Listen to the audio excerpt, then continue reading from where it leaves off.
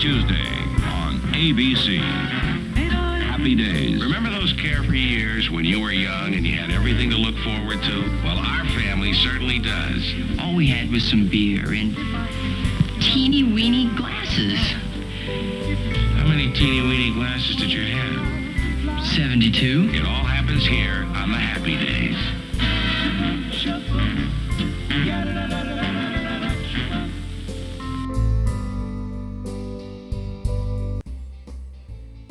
Okay, my friends, so I present to you the Happy Days Talking Viewmaster Reels. This is an ABC television series. 21 talking Viewmaster pictures. Look, full color 3D realism. Listen, hear what each one is all about. Laugh and learn, an exciting new combination of 3D sight and sound. And you can see the Fonz. He's up on the top picture, and that's Richie in the background. And then you can see the Cunninghams around the dinner table. And you can see Richie, I think he's trying to put the moves on her, because I don't know if that's his girlfriend or not. But that's the front, and this is Happy Days. And this is reel set number AVB 586. And this one, you can see Gap Productions, 140 West Street, New York, New York. And this is a 1973 Gaff release. So, taking a look at the back, you can see they added more little goodies to the Viewmaster family. This is the Talking Viewmaster product section, entertaining, educational, and easy to use. They have the original Talking Viewmaster. And this one you had to look up at the light or a light source to get the light inside in order to see the slides. And then the second one they released had a little light on the inside where you didn't have to look up at a light source, and it also had a volume. And then they ended up improving on that by making the projector, so you could project it up onto the wall as well as play the disc. So you can see the different Viewmaster reels that are available. We got Disney fun, cartoon favorites, children's stories, science and the arts, and television shows. So when we actually open up the set, the packaging itself is kind of like a cardboard sleeve. So let's put that to the side and show you guys what we get. We get the 3 reels and we get the booklet. So when we look at these reels, you can see, like all the Talking Viewmaster I've shown you so far, it's got the little, kind of like a record that spins around on the back. And it's got the little grooves like a vinyl record. And while you look at the picture, a little wheel spins the disc and a little needle rests on it, and you can hear what's on it. So we're going to take a look at the reels. So let's see, we need reel A. So this would be reel A, as opposed to 1, 2, and 3 like in the previous sets that I've shown you. And we're going to take a look at the book. So we have the little reference book, but we also have, let me see how I can get this out.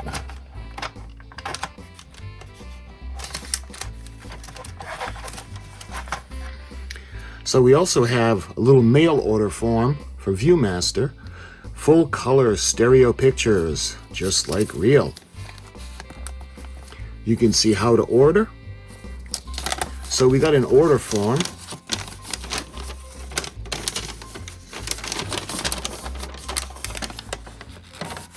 And you can see this has all the different reel sets that we can order. The cartoon favorites, Showtime TV movies, let's see that, Emergency, Flipper, Happy Days, Hawaii Five-0, Kung Fu, Land of the Lost, Mannix, New Zoo Review. Oh, they got the Poseidon Adventure. Okay, so I know what's on my target now. You can see they have a lot. So what I'll do is I'll put this up. If you want to pause it and go through it, I'm not going to read the whole thing for you because there's just so many. So we're going to put this aside for now. And we're going to take a look at the Happy Days manual. You can see we got Marion Cunningham, Richie Cunningham, Howard Cunningham, and we got Joni Cunningham. And the original pilot episode, we saw Richie's older brother upstairs, and he ran upstairs with the basketball, and I think he went to college, but we never seen him again. So that's why they have 4 on here, but there are 5 Cunninghams. So we go to page 1, and this is disc A, and this would be picture 1. So for the first Viewmaster reel, election campaigns have been known to pit brother against brother, son against father, wife against husband, boy against girl, and vice versa. Well, a good example was Richie Cunningham, who suddenly found himself madly for Adlai when golden-haired Debbie showed up on a motorbike blazing with Stevenson propaganda on the eve of the 1956 election. It didn't get him a date, but only because he couldn't spare campaign time.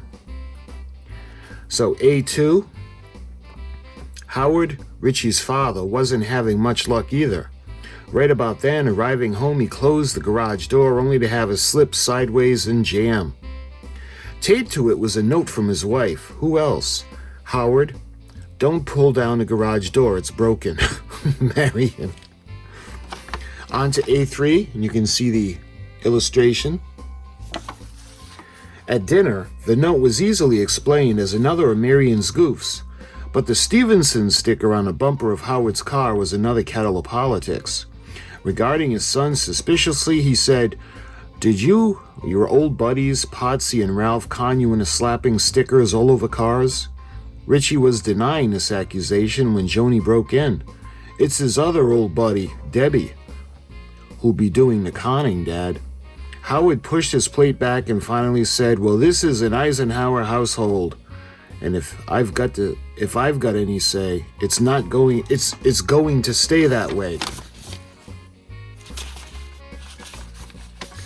On to A4, you can see another illustration. Ralph and Potsy got their chance to work on Richie the next day at the Stevenson booth in front of Arnold's Pizza. Their zeal, however, tended to derail every time a pretty girl passed by. The bullhorn comments by shapely legs did little to convert Richie to the merits of the Democrats. On to A5. Hanging around waiting for Debbie to show up, Richie read some of the pamphlets and was beginning to wonder if his father was wrong in backing Eisenhower. And no doubt at all, on the other hand, was Marcia everybody's favorite waitress at Arnold's? Stuffing Potsy's own hamburger into his bullhorn, she announced, "You give me a headache." On to A6. Shortly thereafter, the boys were treated to a spectacle of a real politician in action, none other than the Fonz, who arrived with his usual flourish in a convertible driven by a glamorous blonde and loaded with Eisenhower propaganda. "So long, baby," he told the blonde as he alighted from the dreamboat. "And remember, I like Ike, but ooh, you kid." Turning to the dedicated Stevensonians, he rubbed his hands. "Well, I've got the best of the Ike girls tied up. Best I take a look at what Aldi's got to offer." On to A7. He didn't have long to wait. Mere moments later, another dreamboat drew up, one of the brunette at the wheel. "My Stevenson girl," breathed Fonzie, doing a quick switch of campaign buttons. He winked at the others. These elections could kill a guy. Now we go on to disc number 2, which is in fact disc B. So B1. At the Cunningham house, later the boys were shooting baskets. Ralph and Potsy had let up a little on Richie, seeing he was serious, not just about Debbie, but about changing his allegiance to the Democrats in spite of his father. Potsy had just switched the conversation to a mostly imaginary conquest when Howard DeSoto pulled into the garage. B2, Richie groaned when he saw his car's rear end. It was plastered with Stevenson stickers. Howard did more than groan, he erupted, and when the dust had settled, Ralph shook his head convincingly. Boy, what's he gonna do when he finds out that you're really leaning towards Stevenson? Or are you just leaning toward Debbie Hauser? Inquired Potsy sarcastically. Richie thought for a moment, then shrugged, honestly perplexed. I don't really know, he replied. I guess both. On to B3, and you can see an illustration.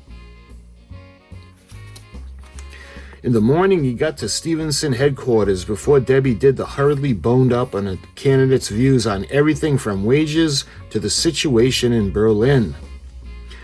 When she arrived, she was ready, and it soon became apparent that it was the most effective bit of homework he'd ever done.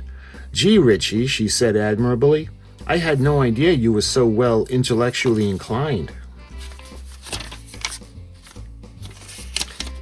On to B4. You can see another, it looks like the voting booth illustration. Inspired, Richie rose to new heights of intellectualism or something. He even managed to drop into the ever more animated conversation the fact that Stevenson's running mate in the campaign 4 years earlier had been John Sparkman of Alabama. This, he calculated, was the exact moment when he first saw a new light undawn Debbie's eyes. She looked at him. It was evident the same emotion he was feeling towards her. She was interested in him. Then he spoke softly with a strange excitement in his voice and looked around. Richie, I've got to talk to you, privately, where we can be alone. Ever resourceful, with a pulse rate leaping, he led her to the voting booth and pulled the curtain shut behind him. And that's what the illustration is. So on to B5, and you can see a different illustration. Richie found that Marcia was really up on the election issues. There he faced her, poised to sweep her into his arms. Now, what do you have in mind, huh? The big speech on Sunday, she burst out, at Arnold's youth rally. Richie, you'd better be qualified to make that speech. You're better qualified than anybody. You've got to do it. Say you will, Richie. Squeezing his hands, she turned him to jelly. I will, said the jelly. His voice echoed tomb-like in his ears. On to B6, and we have another illustration that looks like Richie and his father, Howard. The idea of making political speech was bad enough. Telling his father that it was going to be worse. He chose a moment when the two of them were fixing the alien garage door. The explosion that followed, they both forgot about the door. Marion and Joni had to hold it up while the argument raged. Howard offered a lot of arguments in Ike's favor, but his main pitch was a family one. The Cunninghams had been Republicans ever since there were Republicans, he disclaimed. And by golly, you ought to be one too. Well, that's a lousy reason, said Richie. It's narrow-minded. That did it. Howard stamped off to the house, muttering to himself. I guess you'd better apologize, dear, offered Marion uneasily. Why? Said Richie. Why does he get to stick up for his principles, but I've got to apologize for mine? She thought about it, then patted his arm with a smile. You don't, honey, you don't. On to B7. Around home, things were strained. But when election eve came, the big rally arrived, Richie found himself surprisingly at ease as he listened to Marcia, who was MC, prepared to introduce him. She, it had turned out, was a longtime political activist and had given him a thorough coaching. As Marcia spoke, he suddenly spotted his parents in the crowd. His father was wearing a big Ike button, but he was there. And just as the introduction ended, he smiled broadly and gave the old V for Victory sign of World War II. Now we move on to disc C, or the third disc, and you can see an illustration of the rally. C1. Before he had got far into his speech, Richie encountered one obstacle. Marcia hadn't prepared him yet for, which was a heckler. Every other statement brought a loud comment from a man in the crowd who considered himself a real comedian. Rattled, Richie began to stumble, to lose his thread. Then suddenly he saw his father push through the crowd to confront the heckler. What was said, he never knew, but the man seemed to wilt like a scorched bouquet. Richie finished his speech triumphantly. On to C2. Speaker for Eisenhower, to Howard's great disgust, was Fonzie Fonzarelli. Actually, it was Arthur Fonzarelli. If Ike loses, the Fonz is going to be mad, proclaimed the silver-tongued orator. I like Ike and my bike likes Ike, so get out of work for the old guy. With friends like him, Howard growled to his wife, Ike doesn't need any enemies. On to C3.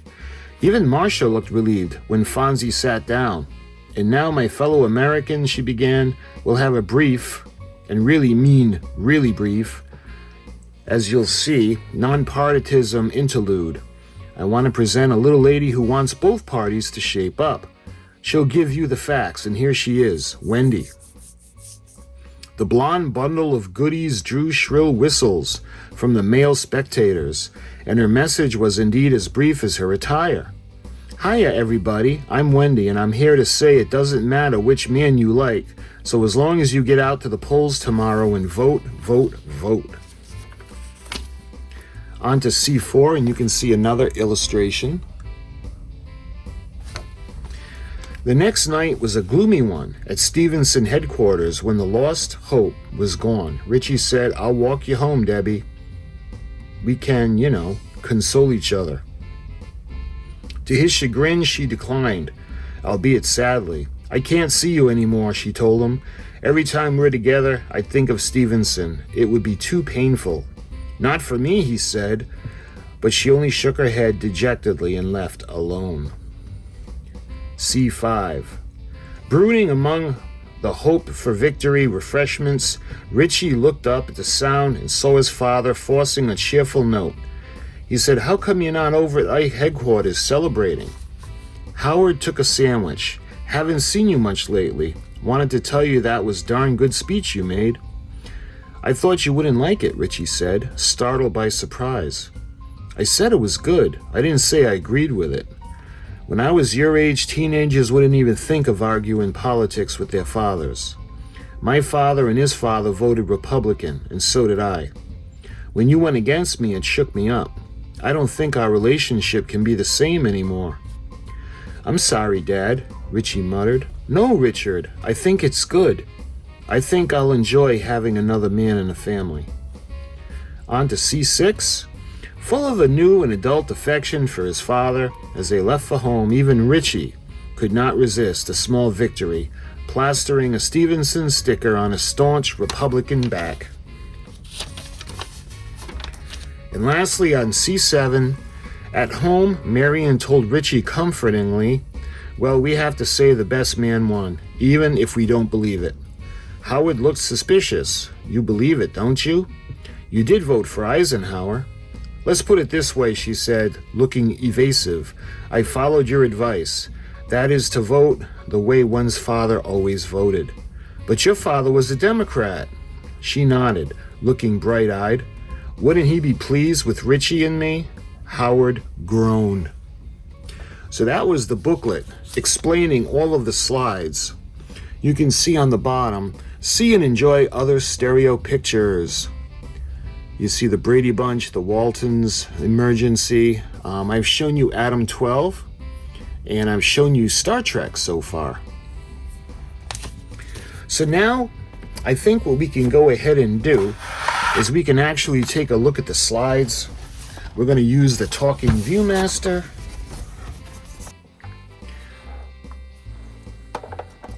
And we're going to go with the positive side facing upward.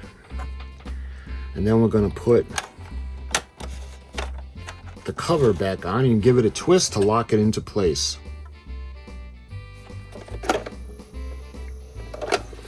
Okay, so now we're going to take disc number A, and there's a little arrow And what we got to do is we have to put the arrow in a 12 o'clock position.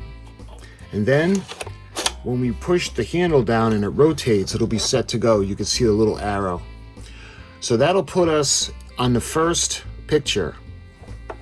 So let me fix the light so we can get a little bit of a view on the inside. And let me show you guys. And then, oh, I almost forgot. We gotta, every time we put in a fresh disc, we have to reset the machine. We push the button and you hear the click. Now, we can hold it up and we're gonna push down on the sound bar and see what this says. Election time, 1956. Eisenhower versus Stevenson. And Richie has his own campaign problems.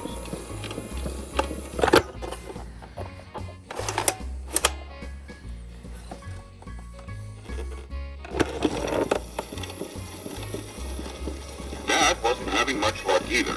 Marion taped a note on the garage door. Howard, don't pull the door down. It's broken.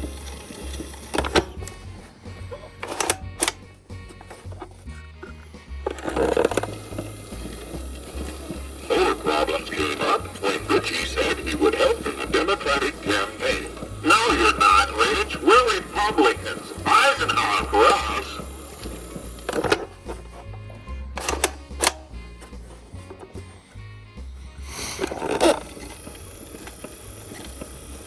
Richie and his friends worked at their special booth. Vote for Stevenson. He's a man of God. He's for all of you.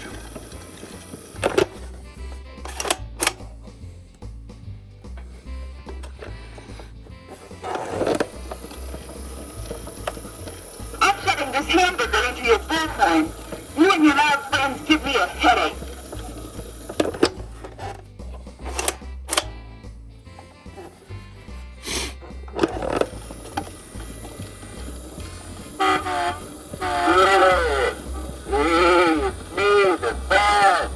I like that. What kind of girls you guys have over on your side?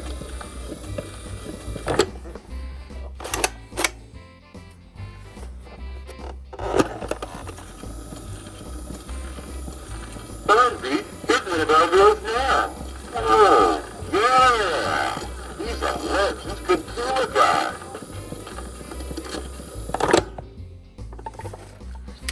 And that was everything on disc A. So let's check out disc B. Let me make sure they got them in order. Yep, this is disc B. We got to do the same thing now. We have to make sure that the arrow is facing 12 o'clock. And then, just like that, we're ready to go. Oh, we got to push the button to reset it.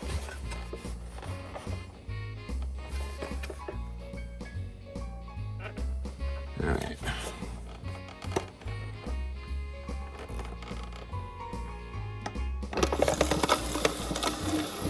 You guys should have seen her. What a dreamboat. Enough to make a Republican vote Democrat.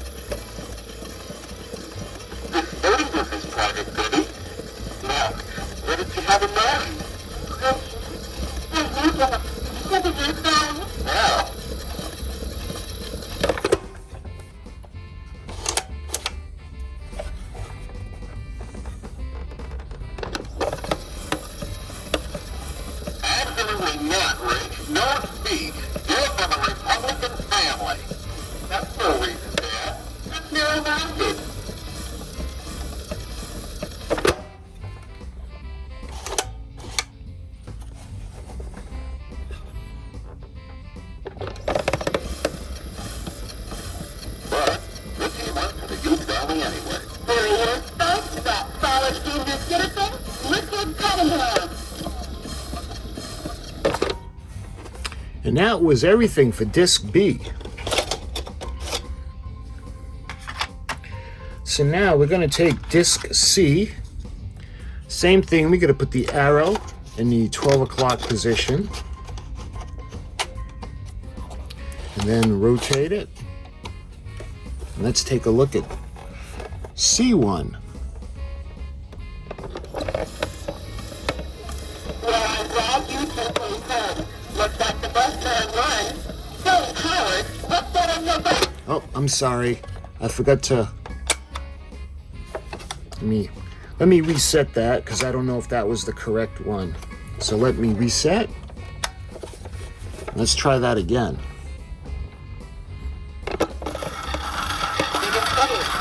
I think it all is both this beautiful. So let's hear from the ball.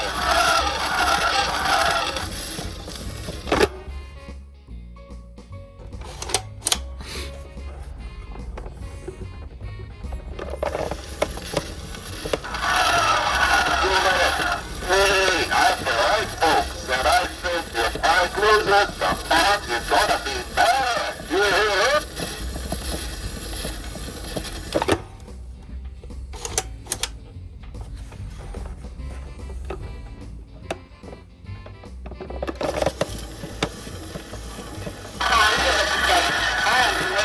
And it doesn't matter what you have right. Just get out to the pool now.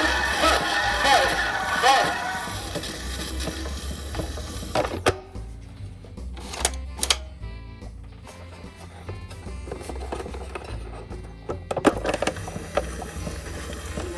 We lost the election, Debbie. I want you home. Yeah, it's over with us. Every time we're together, I remember we met. It was painful.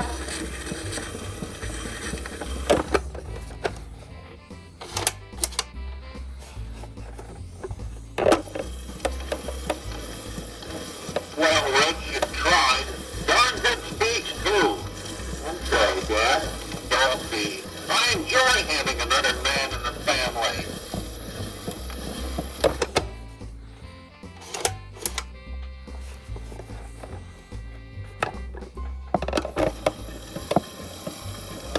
But Richie had a small victory. He stuck a Stevenson banner on his drive back.